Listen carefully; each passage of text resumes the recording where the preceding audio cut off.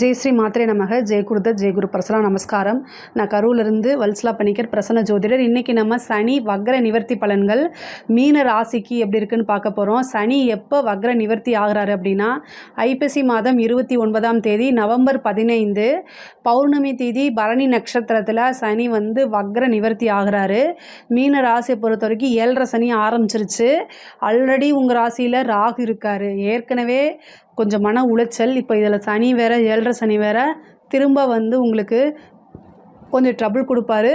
ஆனால் நிறைய நன்மைகளும் உங்களுக்கு உண்டு. சனி வக்ர நிவர்த்தி ஆனதுக்கப்புறம் நன்மைகளும் உண்டு. அவர் 2ஆம் இடத்தை பார்க்குறாரு. எக்கனாமிக்கல் ரீதியாக, பொருளாதார ரீதியாக உறுதியாக நல்ல மாற்றம் முன்னேற்றம்லாம் இருக்குது. பேர் புகழ் எல்லாமே நல்லபடியாக இருக்குது. உங்களுக்கு உத்தியோகத்தில் இருக்கவங்களுக்கு சிறப்பான பலன்கள் இருக்குது. மீனராசிக்காரங்க எப்போவுமே ஒரு விஷயத்தை நிறுத்தி நிதானமாக செய்யக்கூடிய நபர். எந்த ஒரு வலையிலையுமே சிக்காத நபர்கள் மீனராசி தான். ஒரு தப்பு செய்கிறது அப்படின்னா அவங்க யோசிச்சு தான் பண்ணுவாங்க. நல்லது செய்கிறதா இருந்தாலும் யோசிச்சு தான் பண்ணுவீங்க. எந்த ஒரு விஷயமுமே அறிவு சார்ந்து அதோடைய பின் விளைவை அறிந்து தான் ஒரு விஷயத்தை செய்யக்கூடிய நபராக நீங்கள் இருப்பீங்க. இந்த 7.5 சனியில் அதே விஷயத்தை ஃபாலோ பண்ணுங்கள். எந்த கெடு பலனும் உங்களுக்கு வராது.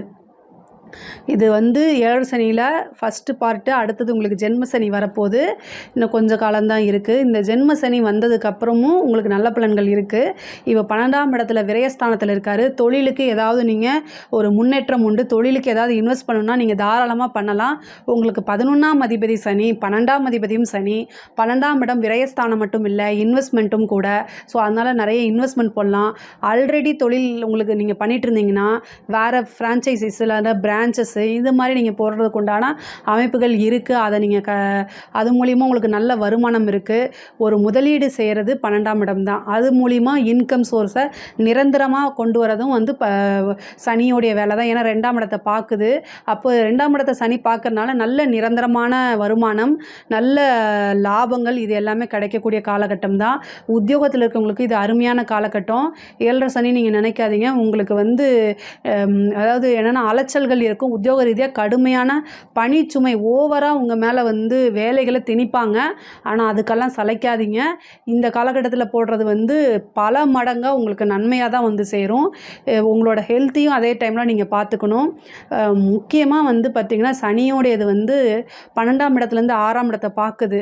அதாவது ஏதாவது உடல் ரீதியாக ஏதாவது சின்ன சின்ன பாதிப்புகள் வந்தால் உடனடியாக நீங்கள் மருத்துவரை ஆலோசித்து அவர் என்ன சொல்கிறாரோ ஆலோசனையின் பேரில் நீங்கள் உடனே சிகிச்சையை மேற்கொள்கிறது ரொம்ப நல்லது. நார்மலாக இருக்குது அப்படின்னா ஒன்றும் பிரச்சனை இல்லை. ஆனால் இது ஏதாவது ட்ரபிள் இருந்தால் மட்டும் அதுக்குண்டான விஷயங்களை நீங்கள் பார்த்துருங்க. ஏன்னா இந்த காலகட்டத்தில் மருத்துவ செலவு, வீண் விரய செலவுகளும் இருக்குது. அதனால் அதை பார்த்துக்கங்க. உத்தியோகத்தில் இருக்கிறவங்க மாற்றங்கள், அதாவது உத்தியோக மாற்றம் ஒரு சிலருக்கு வேலை வேறு பக்கம் கிடைக்கிறது, இந்த மாதிரி அமைப்பு இருக்குது. தொழில் ரீதியாக உத்தியோக ரீதியாகவோ வெளிநாடு வெளி மாநிலம் செல்லக்கூடிய அமைப்பு இருக்குது.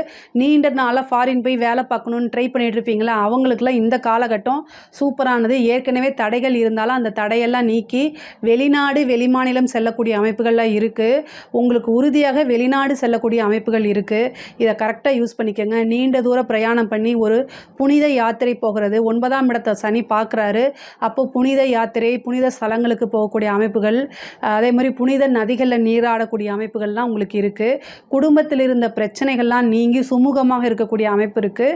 ஆனால் குடும்ப நபர்கள்கிட்ட பேசும்போது ரொம்ப கவனமாக பேசுங்க. கணவனாக இருந்தால் மனைவியும், மனைவியாக இருந்தால் கணவனும் ஒருத்தரை ஒருத்தர் அனுசரித்து செல்லக்கூடிய காலகட்டம் இது. அதாவது நீங்கள் தப்பு பண்ணாலும் சரி பண்ணலைனாலும் சரி அமைதி காக்கணும். 2வது மன்னிப்பு கேட்கணும். சாரிங்க அப்படின்னு சொல்லிட்டு வந்துருங்க. இல்லை அப்படின்னா உங்களுக்கு 7ஆம் இடம் பாதகமாக இருக்குது. ஓகேங்களா? ஏற்கனவே 7ஆம் இடம், அதாவது கணவனாக இருந்தால் மனைவி, மனைவியாக இருந்தால் கணவன், இவங்களை குறிக்கக்கூடிய ஸ்தானம் தான் 7ஆம் இடம். அது பாதக ஸ்தானமாக அமையிறதுனால தப்பு நீங்கள் பண்ணாலும் சரி பண்ணலைனாலும் சரி அதெல்லாம் தேவையில்லை. மன்னிப்பு நீங்கள் தான் கேட்கணும். அப்படிங்கக்கூடியது உங்களுடைய பிறப்புலையே இருக்குது. ஸோ அதனால் எதையுமே யோசிக்காமல் சாரின்னு கேட்டு அந்த இடத்துலேருந்து மூவ் ஆன் வந்துருங்க. இல்லைன்னா தேவையில்லாமல் சண்டை சச்சரவுகள், அது கோர்ட்டு வரைக்கும் போய் டைவர்ஸு இந்த மாதிரி விஷயங்கள்லாம் நிற்கும். அதெல்லாம் தேவையில்லாதது. யார்கிட்டயே கேட்கக்கூடிய ஒரு விஷயத்த வீட்டில் கேட்குறதுனால பிரச்சனையே இல்லை அப்படிங்கிறத கொண்டு வந்துடுங்க. குடும்ப நபர்கள்கிட்ட அனுசரித்து போகிறது ரொம்ப நல்லது. அதை சனி 9ஆம் இடத்தை பார்க்குது. வீட்டில் இருக்கக்கூடிய பெரியவங்க கிட்ட டைம் ஸ்பெண்ட் பண்ணுங்கள். அவங்கக்கிட்ட வந்து ஆசீர்வாதம் வாங்குங்க. அவங்களுக்கு தேவையானத விஷயங்களை செய்யுங்க.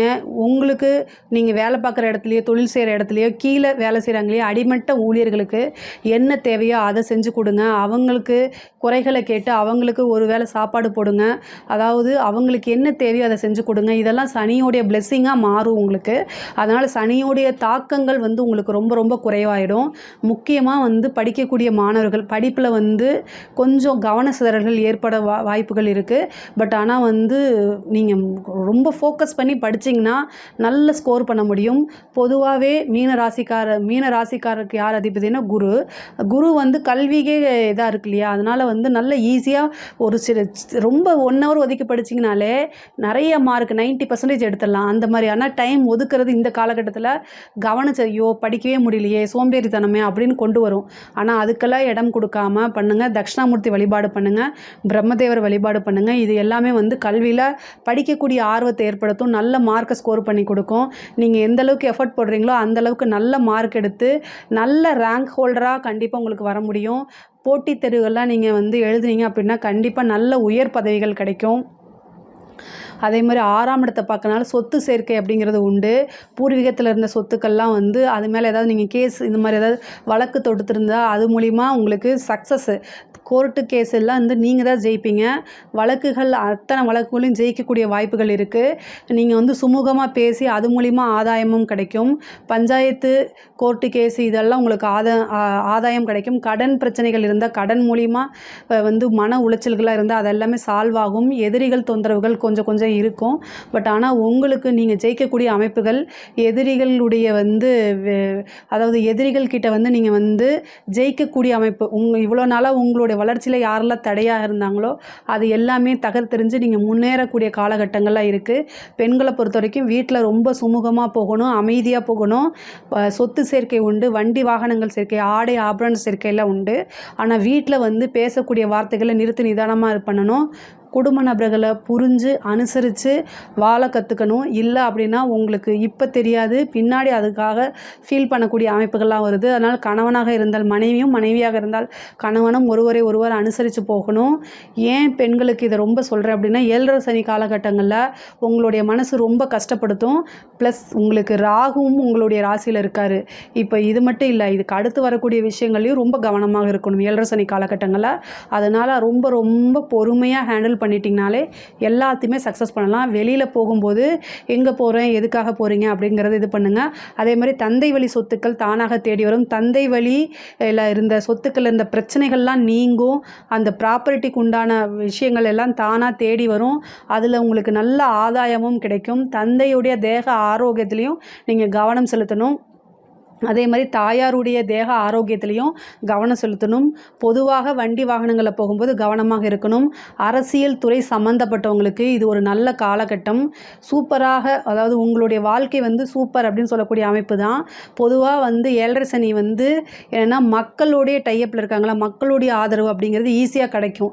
7.5 சனி அப்படிங்கக்கூடிய ஒரு விஷயம் வந்து பெரிய பெரிய விஷயங்கள் அரசியல்வாதிகளுக்கு பாருங்களேன், அது வந்து பெரிய புகழையும் மக்களுடைய சப்போர்ட் அதிகமாக சேர்க்கும். 10வதுக்கு உங்களுடைய ராசியில் வந்து ராகு வேற இருக்கார். அப்போ இந்த காலகட்டங்களில் வந்து உங்களுடைய பேர் புகழெல்லாம் பரவும். எத்தனை பிரச்சனைகளாக இருந்தாலும் சரி, முக்கியமாக எதிரிகளோட பிரச்சனை இருந்தாலும் உங்கள் மேலே கேஸ் போட்டாலும் அத்தனையுமே தகர்த்தெறிஞ்சு ஈஸியாக வெளியில் வர முடியும். மக்களுடைய சப்போர்ட் உங்களுக்கு கிடைக்கும். கட்சி மேலிடம் உங்களை பாராட்டும். அதுக்குண்டான அங்கீகாரம் கிடைக்கும். ஒரு பெரிய பதவி கிடைக்கும். ஒரு பெரிய போஸ்ட் கிடைக்கிறதுக்கு உண்டான அமைப்புகள் இருக்குது. அரசாங்க அதிகாரிகளாக இருந்தால் நீங்கள் வந்து உங்களுடைய விஷயங்களை ரொம்ப கவனமாக இருக்கணும். லஞ்ச லாவணியங்களை தவிர்க்கணும். இடமாற்றம் அப்படிங்கிறது உறுதியாக உண்டு. நீண்ட தூரம் போடுவாங்க. அந்த இடம் உங்களுக்கு பிடிக்காமல் போகலாம். ஆனால் அது எல்லாமே கொஞ்சம் காலகட்டம் தான். ஆனால் இடமாற்றம் அப்படிங்கிறது உறுதியாக உண்டு. இதை வந்து நீங்கள் வந்து இப்போ பிள்ளையார்பட்டி கோவிலில் போய் விநாயகரை வணங்குறது மூலிமா இந்த தேவையில்லாத இடமாற்றங்களையோ அல்லது உங்களுக்கு விரும்பாத இடத்துல இடமாற்றத்தையோ தவிர்க்கிறதுக்கு உண்டான வாய்ப்புகள் இருக்குது. பிள்ளையார்பட்டி போய் விநாயகர், அங்கே இருக்கக்கூடிய விநாயகருக்கு வழிபாடு பண்ணுங்கள். ரொம்ப ரொம்ப சிறப்பான பலன்களை உங்களுக்கு இந்த 7.5 சனி காலகட்டங்களில் கொடுப்பாரு. நல்ல பலன்களை மாற்றி கொடுப்பாரு. கலைத்துறை சார்ந்தவங்களுக்கு இது சூப்பரான டைமு. கலைத்துறை வந்து பார்த்திங்கன்னா ராகு உங்களுடைய ராசியில் இருக்குது. 7.5 சனியோடைய காலகட்டம். மக்களுடைய சப்போர்ட் பெரிய லெவலில் கிடச்சிரும். அது இல்லாமல் வந்து உங்களுக்கு நல்ல பேர் புகழ் அங்கீகாரம் அங்கீகாரம்லாம் இந்த காலகட்டத்தில் கிடைக்கும். நீங்கள் என்ன எஃபோர்ட் போடுறீங்களோ அதுக்குண்டான அமைப்புகள் உங்களுக்கு தானாக தேடி வந்துடும். பெரிய பெரிய மனிதர்களுடைய ஆதரவுகள், பெரிய லெவலில் ஒரு ஆப்பர்ச்சுனிட்டி கிடைக்கிறது, அது உங்களோட வாழ்க்கைக்கு வெற்றிக்கு முதல் படியாக மாறுறது, இது எல்லாமே நடக்கும். அதே மாதிரி நல்ல இன்கம் சோர்ஸ் உருவாகும். உங்களுடைய பெயர் புகழெலாம் அங்கீகரிக்கப்படும். உங்களுடைய பெயர் அங்கீகரிக்கப்படும். உங்களோட திறமைகள் அங்கீகரிக்கப்படும். அது மூலிமா பெரிய உயரிய விருதுகள்லாம் இந்த காலகட்டங்களில் கிடைக்கும். சனி ஒரு விஷயத்தை கொடுக்கணும்னு நினச்சிட்டாருன்னா அது யாருனாலையும் தடுக்க முடியாது. அத்தனை நன்மைகளும் இருக்குது. 7.5 சனி காலகட்டங்களில் சோம்பேறித்தனத்தை இது எல்லாத்தையும் விட்டுட்டு நல்ல சுறுசுறுப்பாக இருந்தீங்க அப்படின்னா கண்டிப்பாக நல்ல பலன்கள் தான் 100% உங்களுக்கு வேலை செய்யும். ஒரு சனிக்கிழமை நீங்கள் என்ன செய்யணும் அப்படின்னா, காலபைரவருக்கு ராகு காலத்தில், அதாவது 9 to 10 அந்த காலகட்டத்தில் வழிபாடு பண்ணுங்கள். காலபைரவருக்கு வழிபாடு பண்ணுங்கள். இந்த 7 சனியோடைய தாக்கம் அப்படிங்கிறது ரொம்ப குறைஞ்சு நல்ல பலன்கள்லாம் உங்களை தேடி வரும். இதில் ஏதாவது சந்தேகங்கள் இருக்குது அப்படின்னா கமெண்ட்ஸில் கேளுங்க. கண்டிப்பாக நான் ஆன்சர் பண்ணுறேன். நம்மளுடைய சேனலை லைக் பண்ணுங்கள், ஷேர் பண்ணுங்கள், சப்ஸ்கிரைப் பண்ணுங்கள். நன்றி, வணக்கம்.